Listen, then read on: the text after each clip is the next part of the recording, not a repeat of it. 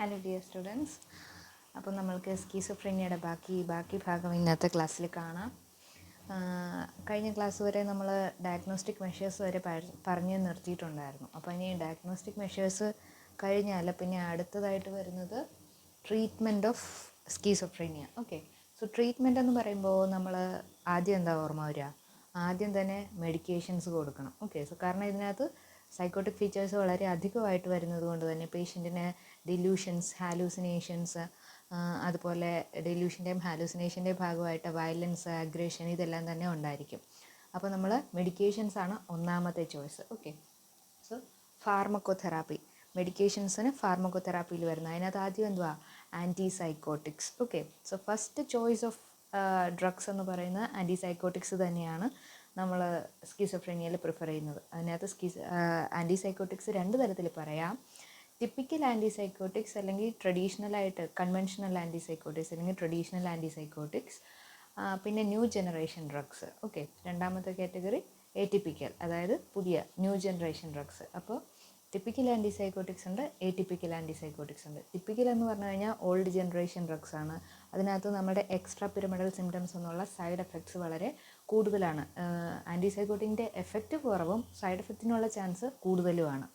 പക്ഷേ new generation drug അല്ലെങ്കിൽ എറ്റിപ്പിക്കൽ ആൻറ്റിസൈക്കോട്ടിക്സ് ആണെന്നുണ്ടെങ്കിൽ അവിടെ അതിന് എഫക്റ്റ് കൂടുതലുണ്ടായിരിക്കും, സൈഡ് എഫക്റ്റിനുള്ള പോസിബിലിറ്റി കുറവുമാണ്. അതുകൊണ്ട് തന്നെ നമ്മൾ ഇപ്പോഴത്തെ കാലത്ത് ഉപയോഗിക്കുന്നത് എറ്റിപ്പിക്കൽ ആൻറ്റിസൈക്കോട്ടിക്സ് ആണ് കൂടുതലായിട്ട് ഉപയോഗിക്കുന്നത്. ഓക്കെ, പിന്നെ ചില കേസുകളിൽ നമ്മുടെ ചില പേഷ്യൻസ് വന്നിട്ട് ആൻറ്റിസൈക്കോട്ടിക് അല്ലെങ്കിൽ ന്യൂ ജനറേഷൻ ഡ്രഗ്സിനോട് റിയാക്ട് ചെയ്യത്തില്ല, അല്ലെങ്കിൽ അഗ്രഷൻ, വയലൻസും അഗ്രഷനും ഒക്കെ വളരെ കൂടുതലാവുന്ന കേസിൽ, കാറ്ററ്റോണിയൊക്കെ ഉള്ള കേസിൽ, അങ്ങനെ ടിപ്പിക്കലായിട്ടുള്ള കുറച്ച് സിംറ്റംസൊക്കെ വളരെ കൂടുതലായിട്ടുള്ള കേസുകളിലൊക്കെ ആണെങ്കിൽ നമ്മൾ രണ്ടും കൂടെ ചേർത്ത് ഉപയോഗിക്കാറുണ്ട്, ടിപ്പിക്കലും എറ്റിപ്പിക്കലും ചേർത്തിട്ട്.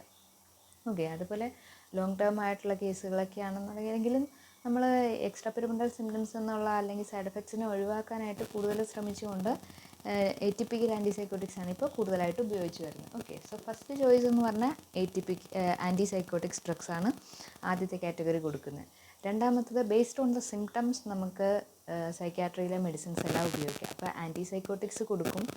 പിന്നെ ആൻറ്റിസൈക്കോട്ടിക്സ് ഇപ്പോൾ ടിപ്പിക്കലായിട്ട് ആൻറ്റിസൈക്കോട്ടിക്സ് ആണ് കൊടുക്കുന്നതെന്നുണ്ടെങ്കിൽ നമ്മൾ ആൻറ്റി പാർക്കിൻസോണിയൻ ഡ്രഗ്സും കൂടെ ചേർത്താണ് ഉപയോഗിക്കുന്നത്. കാരണം ടിപ്പിക്കൽ ആൻറ്റിസൈക്കോട്ടിക്സിൻ്റെ സൈഡ് എഫക്റ്റായിട്ട് എക്സ്ട്രാ പിരമിഡൽ സിംറ്റംസ് എക്സ്പെക്റ്റ് ചെയ്യുന്നു. അപ്പോൾ അതിനെ പ്രിവെൻറ്റ് ചെയ്യാനായിട്ടുള്ളൊരു മെഷർ എന്ന നിലയിൽ നമ്മൾ ആൻറ്റി പാർക്കിൻസോണിയൻ ഡ്രഗ്സ് കൂടെ ചേർത്തിട്ട് കൊടുക്കാറുണ്ട് പേഷ്യൻസിന്. ഓക്കെ, രണ്ടാമത്തെ ചോയ്സ് എന്ന് പറഞ്ഞു കഴിഞ്ഞാൽ ആൻറ്റി ഡിപ്രസൻസ്. ഓക്കെ, സോ അവർക്ക് ഡിപ്രഷൻ സിംറ്റംസ് ഒക്കെ ഉണ്ടാകാം. അപ്പോൾ ആൻറ്റിസൈക്കോട്ടിക്സിൻ്റെ കൂട്ടത്തിൽ അവരുടെ സ്ലീപ്പിനെ റെഗുലേറ്റ് ചെയ്യാനും ഫുഡ് ഇൻടേക്കിനെ റെഗുലേറ്റ് ചെയ്യാനും അതുപോലെ മൊത്തത്തിൽ അവരുടെ മൂഡിനെ കറക്റ്റ് ചെയ്യാനൊക്കെ ആയിട്ട് ആൻറ്റി ഡിപ്രസൻസ് ചേർത്ത് ഉപയോഗിക്കാറുണ്ട്. അപ്പോൾ ആൻറ്റി ഡിപ്രസൻസ് നമ്മൾ കൊടുക്കാറുണ്ട്.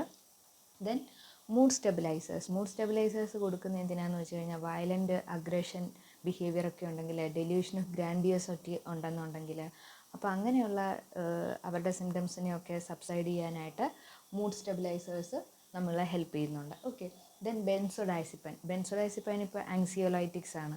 അപ്പോൾ പേഷ്യൻറ്റിന് ആങ്സൈറ്റി ഉണ്ടെങ്കിൽ സ്ലീപ്പ് പാറ്റേൺ റെഗുലേറ്റ് ചെയ്യാനായിട്ട്, in order to control the violence, aggression അങ്ങനെയുള്ള സിംറ്റംസ് വളരെ കൂടുതലായിട്ടുണ്ടെങ്കിൽ നമുക്ക് വയലൻസ് കൺട്രോൾ ചെയ്യാനൊക്കെ ആയിട്ട്, അല്ലെങ്കിൽ ചെറിയൊരു സെഡേഷൻ കൊടുക്കേണ്ട ആവശ്യകതയൊക്കെ ഉള്ള സമയത്ത് നമ്മൾ ബെൻസോഡൈസിപ്പൈൻസും ചേർത്തിട്ട് ഉപയോഗിക്കാറുണ്ട് പേഷ്യൻസിന്. ഓക്കെ, സോ അപ്പോൾ ഈ പറയുന്ന എല്ലാ കാറ്റഗറി ഡ്രഗ്സും നമുക്ക് based on the symptoms of the patient we can give to them. Okay, ഫാർമക്കോതെറാപ്പിക്ക് ശേഷം രണ്ടാമത്തെ ചോയ്സ് എന്ന് പറയുന്നത് ECT. ഓക്കെ, ECT എന്ന് പറഞ്ഞാൽ എന്താ? ഇലക്ട്രോ കൺവൾസീവ് തെറാപ്പി അല്ലെങ്കിൽ ഷോക്ക് ട്രീറ്റ്മെൻറ്റ്. ഓക്കെ, അപ്പോൾ ECTയും ഷോക്ക് തെറാപ്പി അതും നമുക്ക് ഉപയോഗിക്കാം. ഏതൊക്കെ കേസിലാണ് ECT ഉപയോഗിക്കണമെന്ന് വെച്ചാൽ when the patient exhibit more suicidal or homicidal idea. Okay, so പേഷ്യൻറ്റിന് ഏതെങ്കിലും തരത്തിൽ സൂയിസൈഡൽ റിസ്ക് ഉണ്ട്, ഹോമിസൈഡിൻ്റെ റിസ്ക് ഉണ്ട്, എക്സ്ട്രീമായിട്ടുള്ള ആങ്കർ, അഗ്രഷൻ ഉണ്ട്, നമുക്ക് സെഡേറ്റ് ചെയ്യാനായിട്ട് എന്തെങ്കിലും ബുദ്ധിമുട്ടൊക്കെ ഉണ്ടെന്നുണ്ടെങ്കിൽ ആ കേസിൽ നമുക്ക് ECT അഡ്മിനിസ്റ്റർ ചെയ്യാവുന്നതാണ്. ഓക്കെ, അതേപോലെ തന്നെ പേഷ്യൻറ്റിന് കാറ്ററ്റോണിയ സിംറ്റംസ് കൂടുതലായിട്ടുണ്ടെങ്കിൽ നമുക്ക് ആ ഒരു സമയത്തും ECT ചെയ്യാവുന്നതാണ്. കാരണം കാറ്ററ്റോണിയൊക്കെ ഒരുപക്ഷെ ആൻറ്റിസൈക്കോട്ടിക്സിനേക്കാൾ കൂടുതൽ ECT പെട്ടെന്ന് റെസ്പോൺസ് ഉണ്ടാകുന്നത്. ഓക്കെ, സോ അപ്പോൾ അങ്ങനെയുള്ള കേസിൽ ECT കൊടുക്കാം. പിന്നെ നമ്മൾ ഒരു റിക്കവറി എക്സ്പെക്റ്റ് ചെയ്യുന്നുണ്ട് എന്നാൽ ആൻറ്റിസൈക്കോട്ടിക്സ് റിസ്ക് ഉള്ള കേസുകളിലൊക്കെ ആണെന്നുണ്ടെങ്കിൽ, അല്ലെങ്കിൽ അക്യൂട്ടായിട്ടുള്ള കേസുകളിലൊക്കെ ആണെങ്കിലും ECT ട്രൈ ചെയ്യാവുന്നതാണ്. ഓക്കെ, അപ്പോൾ അത് കഴിഞ്ഞിട്ട് അടുത്തത് സൈക്കോ സോഷ്യൽ തെറാപ്പി അല്ലെങ്കിൽ സൈക്കോ തെറാപ്പീസ്. സോ സൈക്കോ തെറാപ്പീസിൽ നമ്മൾ ആദ്യം എന്താ വരുന്നത്, ആദ്യം നമുക്ക് കൊഗ്നിറ്റീവ് തെറാപ്പി കൊടുക്കാം. ഓക്കെ, സോ കൊഗ്നിറ്റീവ് കാരണം എന്താ, ഇത് ഡിസ്റ്റർബൻസസ് ഇൻ തോട്ട് ഉണ്ട് പറയുന്നുണ്ട്. അപ്പോൾ തോട്ടിനെ കറക്റ്റ് ചെയ്യാനായിട്ട് നമുക്ക് ആദ്യം അവരുടെ തോട്ടിനെ കറക്റ്റ് ചെയ്യണം. അപ്പോൾ തോട്ടിനെ കറക്റ്റ് ചെയ്യാനായിട്ട് നമ്മൾ കൊഗ്നിറ്റീവ് തെറാപ്പി തന്നെയാണ് ഉപയോഗിക്കുന്നത്. ഓക്കെ, സോ അപ്പോൾ നമുക്ക് അവർക്ക് കൊഗ്നിറ്റീവ് തെറാപ്പി കൊടുക്കാം, അതാണ് CT. ഓക്കെ, കൊഗ്നിറ്റീവ് തെറാപ്പി അവരുടെ തോട്ടിനെ കറക്റ്റ് ചെയ്യാനായിട്ട് CT കൊടുക്കാം. പിന്നെ ഉള്ളത് behaviour therapy. Okay, behaviour therapy ഏതെങ്കിലും തരത്തിൽ വയലൻസോ അഗ്രഷനോ ഉള്ള സമയത്ത് നമുക്ക് പോയി ബിഹേവിയർ തെറാപ്പി കൊടുക്കാൻ പറ്റില്ല. പക്ഷേ സോഷ്യൽ ഐസൊലേഷനോ അല്ലെങ്കിൽ എന്താ when they are having kind of paranoia, like അവർക്ക് ട്രസ്റ്റ് ഡെവലപ്പ് ചെയ്യാനായിട്ട് ബുദ്ധിമുട്ടൊക്കെ ഉണ്ട്, അങ്ങനെയൊക്കെയാണെന്നുണ്ടെങ്കിൽ അവരുടെ സിംറ്റംസ് സബ്സൈഡായി വരുന്നതനുസരിച്ച് നമുക്ക് behaviour therapy means behaviour modifications, depression symptoms ഒക്കെ ഉണ്ട്, അത് കുറയ്ക്കാനായിട്ട് അങ്ങനെയുള്ള കാര്യങ്ങൾ ബേസ്ഡ് ഓൺ ദ സിംറ്റം അവരുടെ കൺട്രോൾ ചെയ്യാൻ പറ്റുന്നൊരു സമയമാകുമ്പോഴത്തേക്കും നമുക്ക് ബിഹേവിയർ തെറാപ്പിയൊക്കെ കൊടുക്കാം. അപ്പോൾ കൊഗ്നേറ്റീവ് തെറാപ്പി കൊടുക്കാം, പിന്നെ ബിഹേവിയർ തെറാപ്പി കൊടുക്കാം.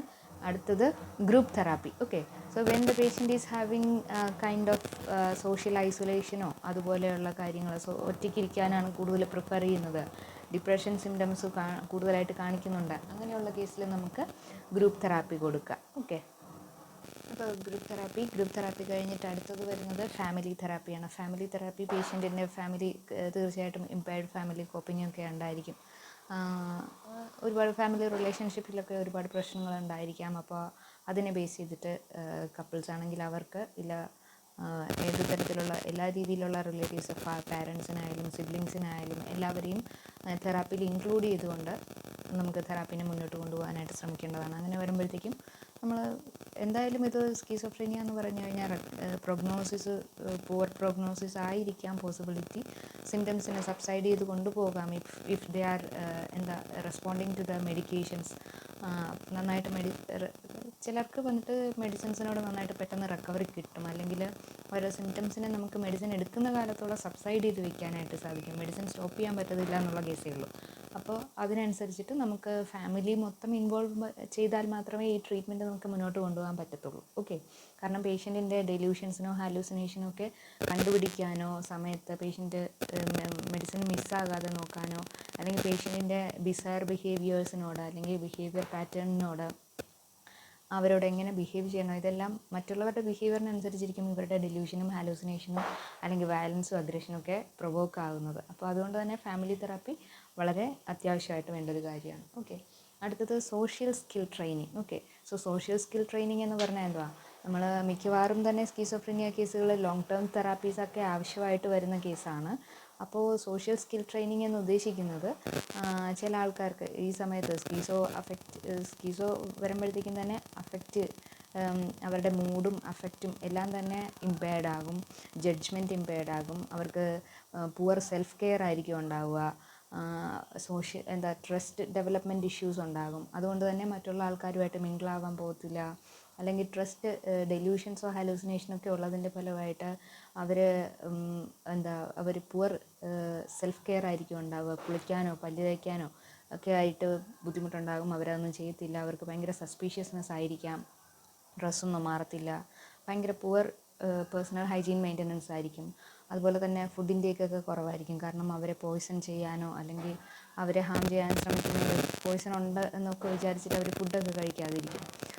അതുപോലെ മറ്റു ആൾക്കാരോട് മിങ്കിളാകാതിരിക്കുക, തോട്ട് ഇൻസേർഷൻ, തോട്ട് വിഡ്രോവൽ, അല്ലെങ്കിൽ മറ്റുള്ള ആൾക്കാരെ എല്ലാത്തിനെയും സസ്പീഷ്യസ് ആയിട്ട് കാണുന്നതുകൊണ്ട് അങ്ങനെ സോഷ്യൽ സ്കില്ല് മറ്റുള്ളവർ കമ്മ്യൂണിക്കേഷൻ ഇഷ്യൂസ് ഉണ്ടാകും, പുവർ സെൽഫ് കെയർ ആയിരിക്കാം.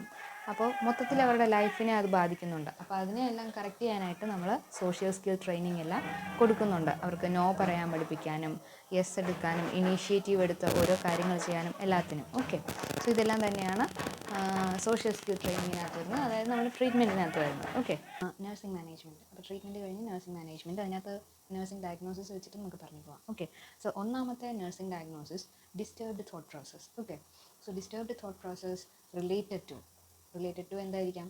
ഒന്ന് ചിലപ്പോൾ അവരുടെ ഇനബിലിറ്റി ടു ഡെവലപ്പ് ട്രസ്റ്റ് ആയിരിക്കാം, അല്ലെങ്കിൽ ന്യൂറോ കെമിക്കൽ വേരിയേഷൻസ്, അല്ലെങ്കിൽ അങ്ങനെ എന്താണോ അവൻ്റെ റീസൺ നമുക്കത് പറയാം. ഓക്കെ, സോ അത് കഴിഞ്ഞിട്ട് എവിഡൻസ്ഡ് ബൈ ഡെലൂഷൻസ്. മിക്കവാറും തന്നെ ന്യൂറോ കെമിക്കൽ വേരിയേഷൻസ് എഴുതിയാൽ മതി, related to neuro chemical variations in the brain or inability to develop trust as evidenced by delusion of persecution, അങ്ങനെ പറഞ്ഞിട്ട് നമുക്ക് എഴുതാം. ഓക്കെ, സോ അപ്പോൾ വന്നിട്ട് ഒന്നാമത്തത് ഡിസ്റ്റർബ്ഡ് തോട്ട് പ്രോസസ്. അപ്പോൾ അതിന് നമുക്ക് എന്തൊക്കെ നഴ്സിംഗ് മാനേജ്മെൻറ്റാണ് ചെയ്യാൻ പറ്റുന്നത്? അതിൻ്റെ എയിം എന്തുവാ? നമുക്ക് ഏത് ഡെലൂഷനാണോ അതിനെ റിക്കവർ ചെയ്ത് കൊണ്ടുവരിക, അല്ലെങ്കിൽ അതിനെ ഇപ്പോൾ ഡെലൂഷൻ ഓഫ് പെർസിക്യൂഷനാണ് അതാണെന്നുണ്ടെങ്കിൽ അതിനെ മാറ്റാൻ വേണ്ടിയിട്ടുള്ള കാര്യങ്ങൾ ചെയ്യുക. ഓക്കെ, സോ അപ്പോൾ നമ്മൾ അതിൻ്റെ നഴ്സിംഗ് മാനേജ്മെൻറ്റായിട്ട് എന്താ ചെയ്യുക? Develop trust worthy relationship with others. അപ്പോൾ സെയിം സ്റ്റാഫ് തന്നെ പേഷ്യൻറ്റിൻ്റെ അടുത്ത് പോകാൻ പാടുള്ളൂ. Okay, so we need to maintain a good rapport with the patient, we need to develop trust worthy relationship with the patient, try to maintain good rapport and try to maintain the promises that you give to the patient. Okay, എന്തൊക്കെ promise നമ്മൾ ചെയ്താലും അത് തന്നെ maintain ചെയ്യാനായിട്ട്, അത് കറക്റ്റായിട്ട് follow ചെയ്യാനായിട്ട് ശ്രദ്ധിക്കുക. പേഷ്യൻറ്റിന് ഫാൾസ് ഇൻഫർമേഷൻസ് ഒന്നും കൊടുക്കാതിരിക്കുക. And don't mock the patient. Okay, ഏതെങ്കിലും തരത്തിൽ അവരെ കളിയാക്കാനോ അവരെ നെഗറ്റീവായിട്ട് എന്തെങ്കിലും പറയാനോ ഒന്നും പാടില്ല. ഓക്കെ, അതേപോലെ പേഷ്യൻറ്റിൻ്റെ ഡെലൂഷൻ ഓഫ് പെർസിക്യൂഷൻ അല്ലെങ്കിൽ ഡൗട്ട്ഫുള്ളായിട്ട് ഒരു ട്രസ്റ്റ് ഇല്ലാത്ത പേഷ്യൻ്റ് ആണെന്നുണ്ടെങ്കിൽ അവരുടെ മുന്നിൽ വെച്ചിട്ട് നമ്മൾ വേറെ കാര്യമായിരിക്കാം ചർച്ച ചെയ്യുന്നത്, പക്ഷേ എന്നാൽ പോലും അവരുടെ മുന്നിൽ വെച്ചിട്ട് സംസാരിക്കുന്നതോ ചിരിക്കുന്നതോ അവരെ കൈ ചൂണ്ടി സംസാരിക്കുന്നതോ പോലെയുള്ള കാര്യങ്ങൾ ഒഴിവാക്കുക. ഒരുപക്ഷെ പേഷ്യൻറ്റിന് നമ്മൾ അവരെ പറ്റിയാണ് സംസാരിക്കുന്നത് എന്നുള്ള കാര്യങ്ങളൊക്കെ തോന്നാം. ഓക്കെ, അപ്പോൾ അങ്ങനെയുള്ള കാര്യങ്ങളെല്ലാം ഒഴിവാക്കുക. ഓക്കെ, എപ്പോഴും ഒരേ നേഴ്സ് തന്നെ അസൈൻ ചെയ്യാനായിട്ട് ഒന്നോ രണ്ടോ നഴ്സുമാർ തന്നെ തിരിച്ച് ഒരേ പേഷ്യൻറ്റിനെ അസൈൻ ചെയ്യാനായിട്ട് ശ്രദ്ധിക്കുക. അങ്ങനെ വരുമ്പോഴേ അവർക്ക് അവരുമായിട്ട് ആ ഒരു ഗുഡ് റാപ്പോ മെയിൻറ്റെയിൻ ചെയ്യാൻ പറ്റത്തുള്ളൂ, നമ്മുടെ നഴ്സിംഗ് കെയർ നന്നായിട്ട് മുന്നോട്ട് കൊണ്ടുപോകാൻ പറ്റത്തുള്ളൂ. ഓക്കെ, അതേപോലെ മെഡിക്കേഷൻസ് കൊടുക്കുമ്പോൾ make sure your patient is taking your medications. Okay, നമ്മൾ കൊണ്ടുപോയി കൊടുത്തു കഴിഞ്ഞാൽ അവർ നമ്മുടെ മുന്നിൽ അതെടുത്ത് വായിലിടും, പക്ഷെ നമ്മൾ അത് ഒബ്സർവ് ചെയ്യണം. പേഷ്യൻ്റ് അത് നാക്കിൻ്റെ ഇടയിലോ അല്ലെങ്കിൽ വായിൽ എവിടെയെങ്കിലും അത് ഒളിച്ച് വെച്ചിട്ടുണ്ടായിരിക്കാം. നമ്മുടെ മുന്നിൽ അവർ കഴിക്കുന്ന പോലെ കാണിച്ച് നമ്മൾ റൂമിൽ നിന്ന് മാറുമ്പോൾ അവർ എടുത്തിട്ട് പോയി പുറത്തേക്ക് കളയും. ഓക്കെ, സോ അല്ലെങ്കിൽ അവർ ബാത്റൂമിൽ നമ്മൾ മെഡിസിൻ കഴിച്ചിട്ടുണ്ടെങ്കിൽ അവർ ബാത്റൂമിൽ പോകുന്നതായിട്ടൊക്കെ കണ്ടു കഴിഞ്ഞാൽ നോക്കുക, അവർ ചിലപ്പോൾ വായി വിരലിട്ടിട്ട് അതെടുത്ത് തൊപ്പിക്കളയും, വോമിറ്റ് ചെയ്ത് കളയും, അങ്ങനെയൊക്കെ ചെയ്യുന്ന രീതിയുണ്ട്. അപ്പോൾ നമ്മൾ മെഡിസിൻ കറക്റ്റായിട്ട് കഴിക്കുന്നുണ്ടെന്നുള്ള കാര്യം ഉറപ്പ് വരുത്തുക. ഓക്കെ, ഇങ്ങനെയൊക്കെ കാര്യമൊക്കെയാണ് നമുക്ക് അത്യാവശ്യമായിട്ട് ചെയ്യാൻ പറ്റുന്നതായിട്ടുള്ളത്. ഓക്കെ, അടുത്തതെന്ന് പറഞ്ഞാൽ ineffective health maintenance. Okay, ineffective health maintenance എന്തൊക്കെയാണ് വരുന്നത്? അവരുടെ സിംറ്റംസ് ബേസ് ചെയ്തിട്ട് പറയുവാണെങ്കിൽ അവരുടെ സ്ലീപ്പ് പാറ്റേൺ ഡിസ്റ്റർബൻസ് ഉണ്ടായിരിക്കാം, inability to maybe inability to fall asleep ആയിരിക്കാം, അല്ലാന്നുണ്ടെങ്കിൽ അവർ പുവർ ഇൻടേക്ക് ഓഫ് ഫുഡ് ആയിരിക്കാം, poor maintenance of personal hygiene, അങ്ങനെ പല കാര്യങ്ങളും. അപ്പോൾ ഇൻഎഫക്റ്റീവ് ഹെൽത്ത് മെയിൻ്റനൻസ് എന്ത് റിലേറ്റഡ് ആയിട്ടാണ്? Maybe it is related to delusions or hallucinations. Hallucination അവരെ ഭയങ്കരമായിട്ട് ശല്യം ചെയ്യുന്നുണ്ട്. ഓഡിറ്ററി ഹാലൂസിനേഷൻ, എപ്പോഴും ഒരു വോയിസ് ഇങ്ങനെ അവരെ ഇറിറ്റേറ്റ് ചെയ്തുകൊണ്ടേയിരിക്കും. ഓഡിറ്ററി ഹാലൂസിനേഷൻ എന്ന് വെച്ചാൽ അത് കാരണം അവരൊന്നും ചെയ്തില്ല. അവർക്കിപ്പം ചിലപ്പോൾ ഏതെങ്കിലും ഒരു ഏരിയയുടെ ചിലപ്പോൾ അവർക്ക് ഫുഡ് കഴിക്കുന്ന സമയത്താണ് ഹാലൂസിനേഷൻ വരുന്നത്. ചിലപ്പോൾ അത് വിഷ്വൽ ഹാലൂസിനേഷൻ ആയിരിക്കാം. ഫുഡ് എടുത്ത് വെച്ച് കഴിഞ്ഞാൽ ഫുഡിനകത്ത് എന്തെങ്കിലും അവർക്ക് എപ്പോഴും അതിനകത്ത് എന്തെങ്കിലും നൊരയ്ക്കുന്ന പോലെ വരയോ അല്ലെങ്കിൽ എന്തെങ്കിലും സാധനം ഫുഡ് എടുത്ത് വെച്ച് കഴിഞ്ഞാൽ അവർക്കപ്പം അതിനകത്ത് എന്തെങ്കിലും പുഴുവിനെയൊക്കെ കാണുന്ന പോലെ തോന്നും, അവർ കഴിക്കത്തില്ല, അങ്ങനെ എന്തെങ്കിലും. ഓക്കെ, സോ പേഷ്യൻറ്റിന് വ്യത്യാസമായിട്ട് വരാം, ഓരോ പേഷ്യൻസിനും ഓരോ രീതി. അപ്പോൾ അങ്ങനെ എന്തെങ്കിലും ഫുഡ് എടുത്ത് വയ്ക്കുമ്പോൾ മാത്രം വിഷ്വൽ ഹാലൂസിനേഷൻ വരുന്നതുകൊണ്ട് ഒരു ഫുഡ് കഴിക്കാതിരിക്കാം. അപ്പോൾ ഉറങ്ങുന്ന സമയത്ത് ഓഡിറ്ററി ഹാലൂസിനേഷൻ ആണെങ്കിൽ അവർക്ക് കിടക്കാൻ പോവുകയാണെങ്കിൽ അപ്പോൾ തുടങ്ങും ഇതിങ്ങനെ ചിലയ്ക്കാനായിട്ട്. ഒരു മൂലയ്ക്കൊരു സാധനമുണ്ട്, ഒരു രൂപം, പണ്ട് എന്തോ എവിടെയോ കണ്ടിട്ടുള്ള ഒരാളെ പോലെ ഇരിക്കും, പക്ഷേ ആളല്ല, അതിങ്ങനെ ഇരിക്കും, ഈ കളറിൽ ഇരിക്കും, ഇന്ന ഷേപ്പിലിരിക്കും, അതിങ്ങനെ പറഞ്ഞുകൊണ്ടിരിക്കും, അത് കാരണം എനിക്ക് ഉറങ്ങാൻ പറ്റുന്നില്ല, അങ്ങനെ പല കാര്യമായിരിക്കും അവർ പറയുക. ഓക്കെ, സോ അപ്പോൾ ineffective health maintenance related to എന്ത് കണ്ടാണോ അത്. ഓക്കെ, ചിലപ്പോൾ ന്യൂറോ കെമിക്കൽ വേരിയേഷൻ ആയിരിക്കാം, അല്ലെങ്കിൽ ഇനബിലിറ്റി ടു ഡെവലപ്പ് ട്രസ്റ്റ്, അല്ലെങ്കിൽ എന്ത് റീസൺ ആണോ നിങ്ങൾക്ക് ഫൈൻഡ് ഔട്ട് ചെയ്യാൻ പറ്റുന്നത് ആ റീസൺ. ഓക്കെ, ഇപ്പോൾ റിലേറ്റഡ് ടു ഇന്ന കാരണം കൊണ്ട്. Evidenced by lack of sleep, lack of food intake, അങ്ങനെ എന്താണോ എവിഡൻസ് ആയിട്ട് നമുക്ക് പറയാനുള്ളത് അത് എഴുതാം. ഓക്കെ, അപ്പോൾ അതിന് നമുക്ക് എന്തൊക്കെ നഴ്സിംഗ് മാനേജ്മെൻറ്റ് ചെയ്യാൻ പറ്റും? Develop A good rapport with the patient, identify the problems of the patient, എന്തുകൊണ്ടോ, എന്തെങ്കിലും ഹാലൂസിനേഷൻ ഉണ്ടോ, ഡെലൂഷൻ ഉണ്ടോ. അപ്പം അതേപോലെ തന്നെ ആൻറ്റിസൈക്കോട്ടിക്സോ ആൻറ്റി ഡിപ്രസൻസോ ഏതാണ് മെഡിസിൻ എന്തൊക്കെയാണ് കൊടുക്കേണ്ടതെന്ന് വെച്ചാൽ അതെല്ലാം കൊടുക്കുക. അത് കഴിഞ്ഞിട്ട് അവർക്ക് പ്രോപ്പർ ഹെൽത്ത് എഡ്യൂക്കേഷൻ കൊടുക്കുക.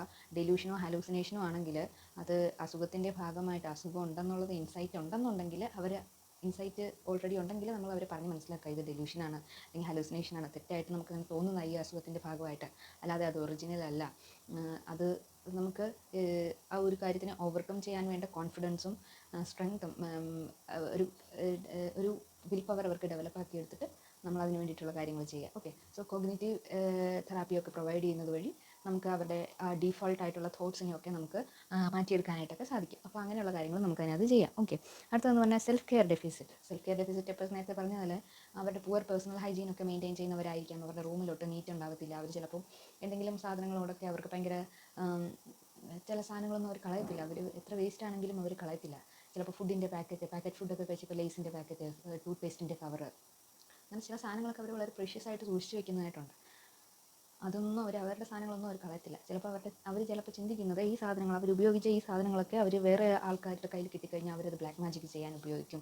ഇവരുടെ മുടിയൊക്കെ ആണെങ്കിലും കൊഴിഞ്ഞു പോയ മുടിയൊക്കെ ആണെങ്കിലും അത് ഉണ്ട കെട്ടി ചിലപ്പോൾ ഒരു കവറിനകത്തിട്ട് സൂക്ഷിച്ച് വെച്ചിരിക്കും. കാരണം എന്താ, ഈ മുടിയും ചില ആൾക്കാർ വിശ്വസിക്കുന്നുണ്ട് ഈ മുടിയും നഖമൊക്കെ വെച്ചിട്ട് ബ്ലാക്ക് മാജിക് ഒക്കെ ചെയ്യണം. അപ്പോൾ അങ്ങനെയുള്ള അതൊക്കെ ബിസെയർ ബിലീഫ്സ് ആണ്. ഓക്കെ, അപ്പോൾ ബിസെയർ ബിഹേവിയറിൽ പെടുന്നത്. അപ്പോൾ ഇങ്ങനെയുള്ള സാധനങ്ങളൊക്കെ അവർ സൂക്ഷിച്ച് വെക്കുക. അവരത് കളയത്തില്ല. അവർക്ക് ഭയങ്കര പേടിയായിരിക്കും അത് പുറത്ത് കളയാൻ. അത് വേസ്റ്റാണ്. സ്റ്റിൽ അതൊക്കെ അവർക്ക് ഇതുപോലെയുള്ള ബ്ലാക്ക് മാജിക് ആരെങ്കിലും അവരെ പ്രിയോക്യുപ്പേഷനുള്ള ആരെങ്കിലുമൊക്കെ ഉണ്ടാകും അവർക്ക് വിശ്വാസമില്ലാത്ത. അപ്പോൾ അവരൊക്കെ ബ്ലാക്ക് മാജിക് ചെയ്യാൻ ഉപയോഗിക്കുമെന്ന് പറഞ്ഞിട്ട് കളയാതൊക്കെ ഇരിക്കും. അപ്പോൾ അതൊക്കെ നമ്മൾ നോക്കുക. ഓക്കെ, അപ്പോൾ self care deficit related to എന്തെങ്കിലും കാര്യം എന്താണെന്ന് വെച്ചാൽ അത് എഴുതുക.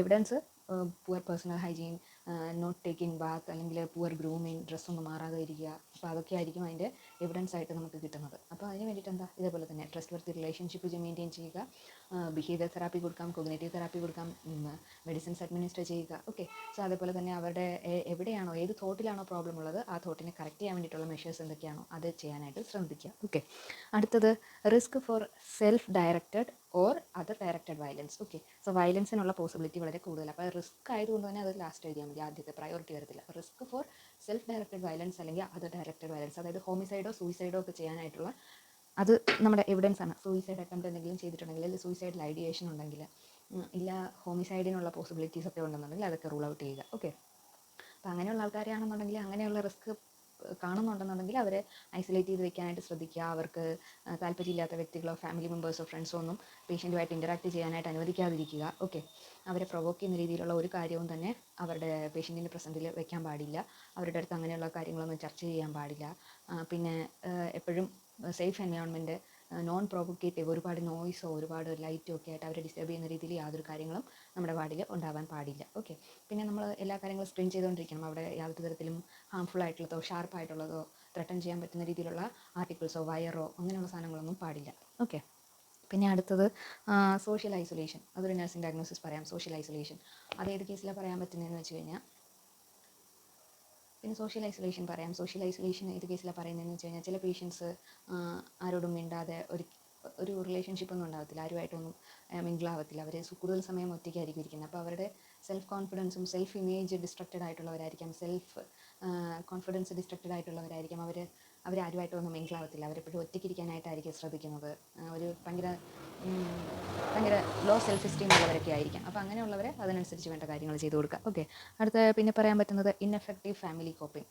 Okay, related to the disease process. അപ്പോൾ ഏത് വയലൻസ് അഗ്രഷൻ ഉള്ള ആളായിരിക്കാം. അപ്പോൾ അങ്ങനെയാണെങ്കിൽ തീർച്ചയായിട്ടും ഫാമിലി കോപ്പിങ്ങിൽ പ്രശ്നങ്ങളുണ്ടാകും. ചിലപ്പോൾ പാരൻസ് ആയിരിക്കാം എഫക്റ്റ് ആയിരിക്കുന്നത്, അല്ലെങ്കിൽ സിബ്ലിങ്സ് ആയിരിക്കാം, അല്ലെങ്കിൽ സ്പൗസ് ആയിരിക്കാം. അപ്പോൾ ആര് തന്നെയാണ് ഈ സ്കിസോഫ്രീനിയ ഡെവലപ്പ് ആയിരിക്കുന്നതെന്ന് പറഞ്ഞാലും ആ ഫാമിലീനെ മൊത്തത്തിൽ അത് അഫക്റ്റ് ചെയ്യുന്നുണ്ട്. അവരുടെ സോഷ്യൽ ഇമേജിനെ അത് ബാധിക്കുന്നുണ്ട്, അവരുടെ ഇൻകമിനെ ബാധിക്കുന്നുണ്ട്, അവരുടെ മൊത്തത്തിലുള്ള സോഷ്യൽ റിലേഷൻഷിപ്പിനെയും ഫാമിലി റിലേഷൻഷിപ്പിനെയും ഒക്കെ അത് ബാധിക്കുന്നുണ്ട്. അപ്പോൾ അത് റിലേറ്റഡ് ആയിട്ട് എന്തൊക്കെ നമുക്ക് പറയാൻ പറ്റും അതെല്ലാം ഇൻഎഫക്റ്റീവ് ഫാമിലി കോപ്പിങ്ങിനകത്ത് നമുക്ക് ഉൾപ്പെടുത്താവുന്നതാണ്. അപ്പോൾ these are the nursing diagnosis. അപ്പോൾ ഈ നഴ്സിംഗ് ഡയഗ്നോസിന് വേണ്ട മാനേജ്മെൻറ്റ് നമുക്ക് അതിനകത്ത് എഴുതാം. ഓക്കെ, അപ്പോൾ നമ്മൾ ഈ സ്കിസോഫ്രീനിയയുടെ കാര്യങ്ങൾ പറഞ്ഞു കഴിഞ്ഞു. ട്രീറ്റ്മെൻറ്റ് കഴിഞ്ഞു, നഴ്സിംഗ് മാനേജ്മെൻറ്റുമായി. അപ്പോൾ ഓൾറെഡി നമ്മൾ കഴിഞ്ഞ ക്ലാസ്സിൽ definition, aetiology, clinical manifestation, pathophysiology, nursing, nursing diagnosis അല്ല, ഡയഗ്നോസ്റ്റിക് മെഷേഴ്സ് ഏതൊക്കെ രീതിയിൽ ഇത് കണ്ടുപിടിക്കാനുള്ള കാര്യമൊക്കെ നമ്മൾ സ്കിസോഫ്രീനിയെ പറ്റി ഡിസ്കസ് ചെയ്യാനായിട്ടുള്ളത്. എന്തെങ്കിലും ഡൗട്ട് ഉണ്ടെങ്കിൽ നിങ്ങൾക്ക് പറയാവുന്നതാണ്, ക്ലാരിഫൈ ചെയ്ത് തരുന്നതാണ്. ഓക്കെ, അപ്പോൾ ഇനി അടുത്ത ക്ലാസ്സിൽ വേറൊരു ടോപ്പിക്കുമായിട്ട് വീണ്ടും കാണാം. Thank you.